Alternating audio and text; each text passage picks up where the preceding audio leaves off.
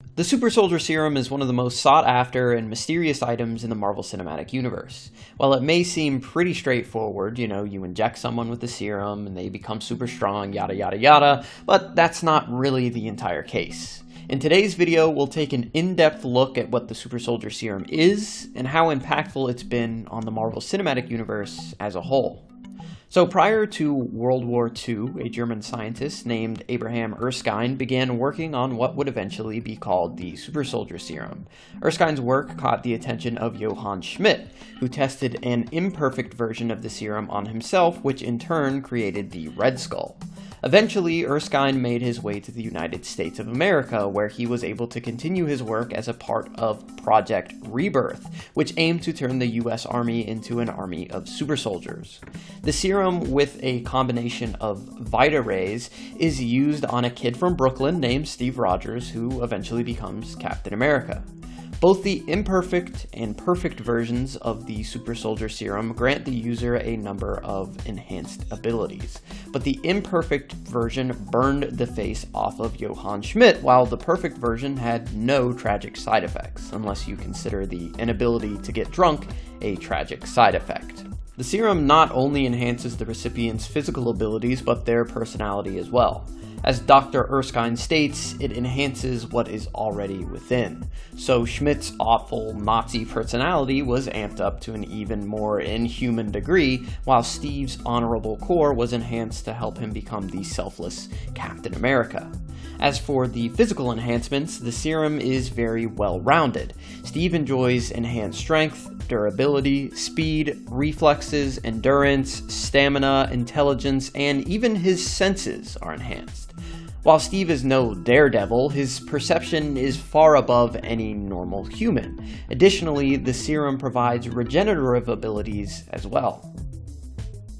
Immediately after Steve's incredible transformation, Dr. Erskine was killed. The last vial of the serum was stolen and then destroyed, leaving Captain America as the first and only recipient of the perfected Super Soldier Serum. So from here you'd think that would be the end of that, but no.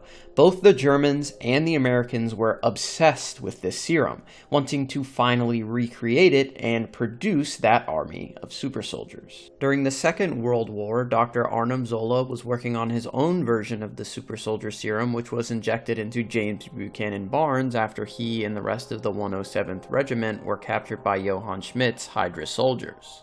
After being rescued by his childhood friend, Steve Rogers, Bucky became part of Steve's Howling Commandos. During one of their missions, Bucky tragically fell a great distance but survived due to the imperfect serum which was injected into him years prior. Nearly 50 years later, Hydra learned that Howard Stark, father of Tony Stark, had developed his own version of the Super Soldier Serum for the United States, and dispatched Bucky, now known as the Winter Soldier, to assassinate Stark and retrieve the new formula. Stark's new formula was then injected into the most lethal death squad in the history of Hydra, who became even more powerful than the Winter Soldier himself, who in turn was stronger than Captain America. Or at least his metal arm is stronger than Captain America. So Stark's formula may have actually been the real perfect formula, but there was a negative to his attempt as well. The Death Squad who received the formula were uncontrollable, so much so that they had to be put on ice, and Hydra opted to continue using the Winter Soldier to do their dirty work. 10 years later, and just 2 days after the tragic events of 9/11, General Thaddeus Ross was brought in to start Project Rebirth once again in order to create super soldiers for the US. At the outset, Ross had been using captured terrorists to test the serum on, but eventually pictures of the aftermath and what happened to these terrorists were leaked, and the project was officially terminated. But unofficially, Ross continued his work and recruited world-renowned biochemist, nuclear physicist, and gamma radiation expert Bruce Banner to assist. Bruce decided to swap out the Vita radiation used in Captain America's procedure with gamma radiation. But after years of research, the US government lost interest in the project yet again and cut funding.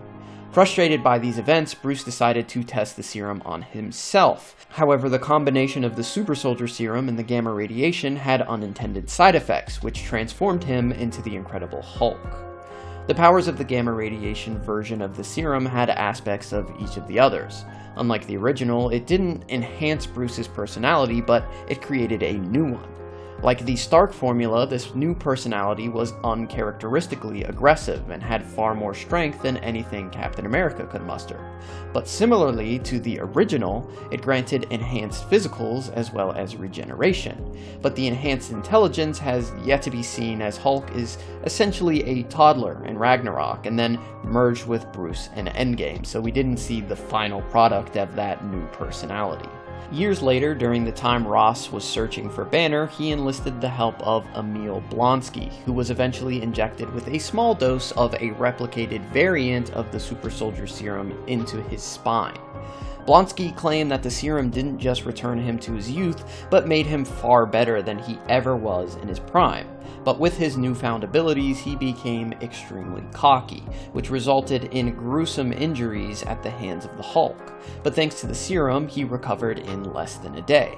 But Blonsky lusted for even more power than this version of the serum could provide, and convinced Samuel Stearns to inject him with the irradiated blood of Bruce Banner, which turned Blonsky into an abomination.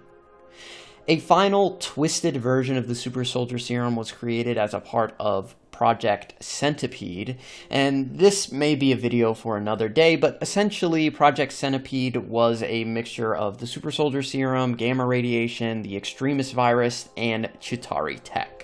And that's pretty much it for the Super Soldier Serum.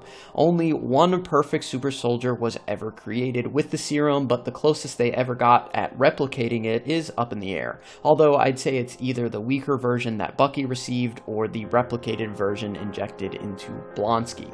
At the end of the day, Dr. Erskine is the only man who really knew what was in the bottle, and if he survived, the trajectory of the MCU would have been completely altered. So what do you guys think? Are you a big fan of the Super Soldier Serum? Did you learn something in this video? Let me know down in the comments. Also, let me know what you want to see a video on next. Be sure to like and subscribe, all that fun stuff. It does really help us out. And if you'd like to support this channel directly, consider becoming a member. That's all I've got for you guys today, so remember the motto, it's Super Soldier Serums over everything, and I'll see you guys next time.